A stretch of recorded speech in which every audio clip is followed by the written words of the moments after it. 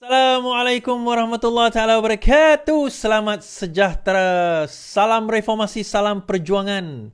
Salam pasik, salam kekal tegang kepada geng-geng yang berada di menonton saya dan mengintai saya daripada jauh. Kan, yang tak masuk dalam ni mungkin mengintai daripada jauh. Tolong share tuan-tuan. Kesian saya, share dalam Facebook ke, dalam TikTok ke, dalam WhatsApp ke, dalam apa saja aplikasi, tolong share tuan-tuan. Tak salah, tak rugi, tak ada orang kata makan modal, orang kata kan, tak perlu keluar modal, tak perlu keluar duit nak share live kita ni. Tuan-tuan juga boleh tap kan, klik button love, button like, button apa semua tu button yang ada dekat ni. Bila kita klik, kita like, itu kaedah untuk kita nak bagi tahu bahawa live itu aktif sebenarnya. Jadi lebih ramai orang melihat. Kadang-kadang orang bertanya kepada saya, macam mana Iswardi saya nak membantu live Iswardi ni? Tak perlu bantu banyak. Macam saya kata tadi, share, like, subscribe. Lepas tu tap love, tap like, komen. Kan? Komen-komen yang baik, yang membina. Kalau komen-komen yang tak baik, yang membina pun silakanlah. Dosa tanggung sendiri. Saya tak tanggung dosa orang kan. So masing-masing punya hal lah. Kan? Sila pertimbangkan untuk tekan butang subscribe, like, komen dan share. Serta aktifkan lonceng notifikasi anda agar tidak ketinggalan dengan video-video terbaru dari channel ini. Kita Syed Saddiq pula. Alright, kita dengar kenyataan daripada berita hari ini. Okey, Syed Saddiq kes ni akan berlangsung selama 2 hari. Lebih kurang 2 hari lah, hari ini dengan esok. Dan saya rasa kemungkinan besar bahawa keputusannya tak akan berlaku dalam masa 2-3 hari ni lah. Mungkin akan ditunda di satu tarikh yang lain. So hari ini pihak pembelaan telah mengemukakan kertas pembelaan mereka dengan mengatakan bahawa saksi telah dipaksa. Kita dengar. Mahkamah Rayuan hari ini diberitahu bahawa seorang saksi utama pendakwaan didakwa ditekan untuk memberi keterangan terhadap ahli Parlimen Muar, Syed Saddiq Syed Abdul Rahman, bagi memenuhi kehendak SPRM. Peguam Bela Hisham Teh Pok Teh berhujah bahawa bekas penolong bendahari Armada, Rafiq Hakim Razali, mengalami tekanan melampau ketika disiasat dan direman selama 6 hari.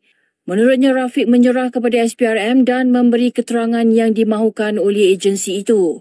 Rafiq merupakan saksi utama bagi 2 daripada 4 pertuduhan terhadap Syed Saddiq, termasuk pecah amanah RM1 juta dan salah guna wang RM120,000. Pada 9 November 2023, Mahkamah Tinggi mensabitkan Syed Saddiq bersalah dan menjatuhkan hukuman 7 tahun penjara, denda RM10 juta serta 2 sebatan. Bagaimanapun, hukuman itu ditangguhkan sementara menunggu keputusan rayuan di Mahkamah Rayuan. Hakim perbicaraan sebelum ini menyatakan hukuman itu wajar kerana jenayah pecah amanah sering berulang dan Syed Saddiq sepatutnya menjadi contoh kepada masyarakat. Pendengaran rayuan di hadapan panel 3 hakim bersambung esok dengan pihak pendakwaan dijangka mengemukakan hujahan balas.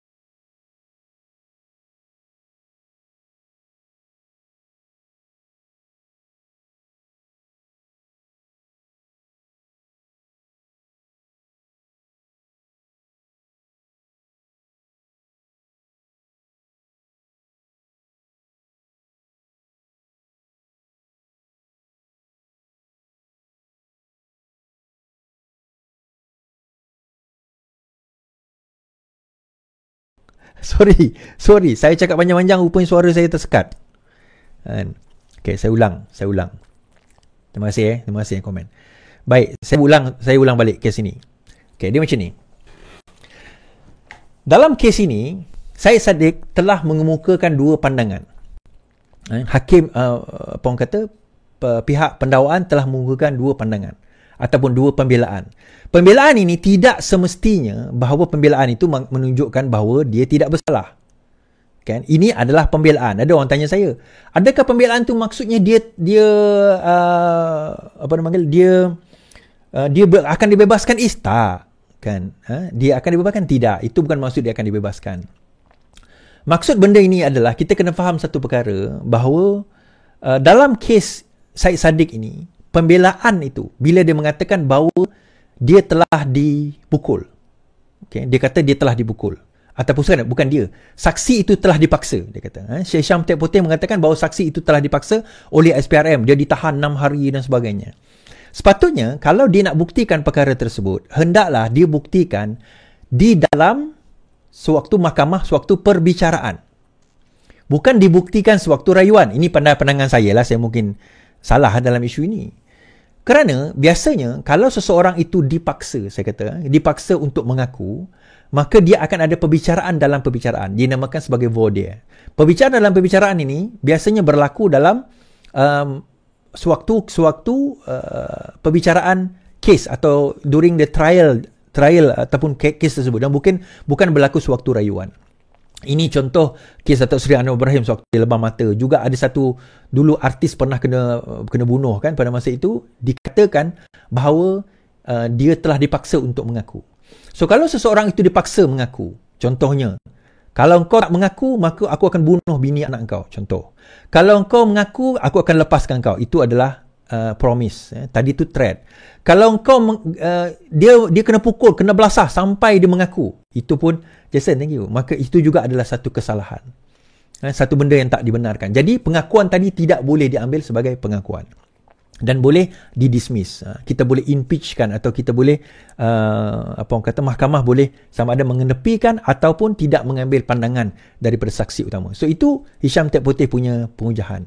Kemudian apa yang berlaku di peringkat di salah seorang lawyer yang kedua pula, dia menggunakan hujah bahawa duit itu tak pernah tak pernah dikatakan oleh Syed Saddiq bahawa dia bukan duit armada. Itu adalah duit dia sendiri. Mahkamah tidak berjaya membuktikan itu adalah duit armada, iaitu 120,000.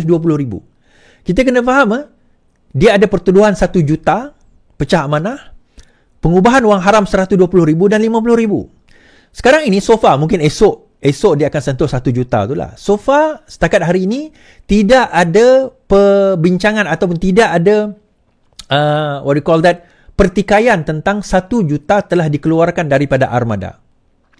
Tidak ada pertikaian. Okay? Sebenarnya, kalau kita faham, 1 juta telah dikeluarkan daripada armada. 1 juta dikeluarkan itu bukanlah satu kesalahan. Okay, belum lagi satu kesalahan. Tetapi bila dikeluarkan tanpa melalui prosedur yang betul, maka itu dikira sebagai satu kesalahan. Jadi bila dikeluarkan tidak mengikut prosedur yang betul seperti kertas kerja dan sebagainya, dikira sebagai satu kesalahan. Therefore, daripada situ dia dikira sebagai telah pecah amanah. Mana-mana duit yang telah ditransfer dikira sebagai pengubahan wang haram di bawah AMLA. Jadi so far, Syed Saddiq dia tidak mengaku yang duit 1 juta itu dikeluarkan. Tidak pernah tidak mengaku. Saksi utama mengatakan bahawa pengeluaran duit itu adalah untuk Syed Saddiq. So far yang saya dapat baca daripada pertuduhan sebelum ini, kan saya kita baca pertuduhan sebelum ini berkenaan dengan kes Syed Saddiq, saya bacakan. Alright.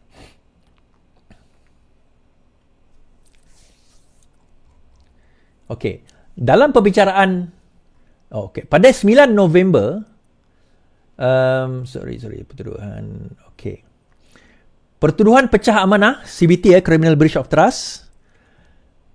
Syed Saddiq didakwa melakukan pecah amanah dengan mengeluarkan RM1 juta daripada akaun armada tanpa kelulusan Majlis Pimpinan Tertinggi Peribumi Bersatu. Okay. Yang ini setakat hari ini belum lagi ada pertikaian daripada pihak pembelaan. Mungkin esok. Bukti yang dibawa adalah bekas penolong bendahari armada Rafiq Hakim Razali yang kita sebut tadi itu memberi keterangan bahawa beliau mengeluarkan kes tersebut atas arahan Syed Saddiq. Okay. Mengeluarkan wang tersebut, bukan kes, mengeluarkan cash tersebut atas arahan Syed Saddiq. Syed Saddiq membela, mengatakan Syed Saddiq menafikan memberi arahan tersebut dan menyatakan bahawa keputusan pengeluaran yang dibuat oleh kepimpinan G5 untuk tujuan bantuan kebajikan semasa pandemik COVID-19. So, Syed Saddiq tak pernah menafikan bahawa memberi arahan mengeluarkan duit tersebut. Cuma dia kata duit itu dikeluarkan untuk tujuan kebajikan semasa COVID. Bukan untuk diri dia sendiri. Faham? Okay. So, sama ada duit tu nak buat apa sekalipun, tujuan tu tak penting. Dan saya rasa peguam pun faham benda ni. Yang pentingnya, adakah ia mengikut prosedur? Sebab itu tuan-tuan, prosedur ini sangat penting. Prosedur ini sangat penting. Kalau nak buat sesuatu, prosedur itu sangat penting. You have to do it within the procedure. Once you tak ikut prosedur, maka akan jadi pecah amanah. Sebab itu saya rasa, saya mungkin salah dalam bab ni. Syed Saddiq mungkin akan dikekalkan bersalah. Sebab dia tak pernah menafikan bahawa dia keluar duit 1 juta. Dia bagi arahan duit 1 juta untuk kepentingan diri dia. Dia menafikan untuk kepentingan diri dia. Tetapi dia mengatakan dia keluarkan itu untuk tujuan kebajikan semasa COVID-19. Kan? Kemudian pertuduhan salah guna harta, beliau didakwa menyalahgunakan RM120,000 daripada sumbangan untuk kempen pilihan raya, iaitu tuduhan kedua. Terdapat keterangan bahawa Syed Saddiq mengarahkan pemindahan wang berjumlah RM120,000 melalui 4 transaksi RM30,000 ke akaun peribadinya. Pembelaan Peguam Saddiq berhujah bahawa mahkamah gagal mempertimbangkan pembelaan anak guam yang menafikan dakwaan tersebut. Dia setakat bare denial tak jadi, tuan-tuan. Setakat menafikan tu tak cukup. Bare denial tak cukup. So, mahkamah telah dibawakan risit-risit di mana wang itu dimasukkan ke dalam akaun peribadinya. RM30,000 kan? 4 transaksi. 3 kali 4, RM120,000 lah. Cuma, berkemungkinan besar transaksi itu berlaku secara tunai. RM30,000 secara tunai masuk 4 kali ke dalam akaun peribadinya. Okay? Jadi, yelah kita boleh check dekat bank. Duit tu masuk dalam akaun bank, jadi tak ada isu lah. Kan? Masuk akaun bank tak ada isu, memang dia yang terbukti 120. Cuma, adakah 120 itu datang daripada penyalahgunaan dana sumbangan PRU ke-14? Okay. Itu nanti mahkamah mengatakan ya. Kemudian pertuduhan ketiga, Syed Saddiq didakwa memindahkan RM50,000 sebanyak 2 kali dari akaun Maybank ke akaun ASB yang dipercayai hasil daripada aktiviti haram. So, daripada RM120,000 tadi tu, RM50,000 dia masuk dalam ASB. Rekod transaksi pendakwaan mengukuhkan pembuktian sebanyak RM50,000. Yang ketiga ni, pengubahan wang haram ni tak susah. Dia ada transaksi daripada Maybank pergi ke ASB, RM50,000. Itu tak ada isu.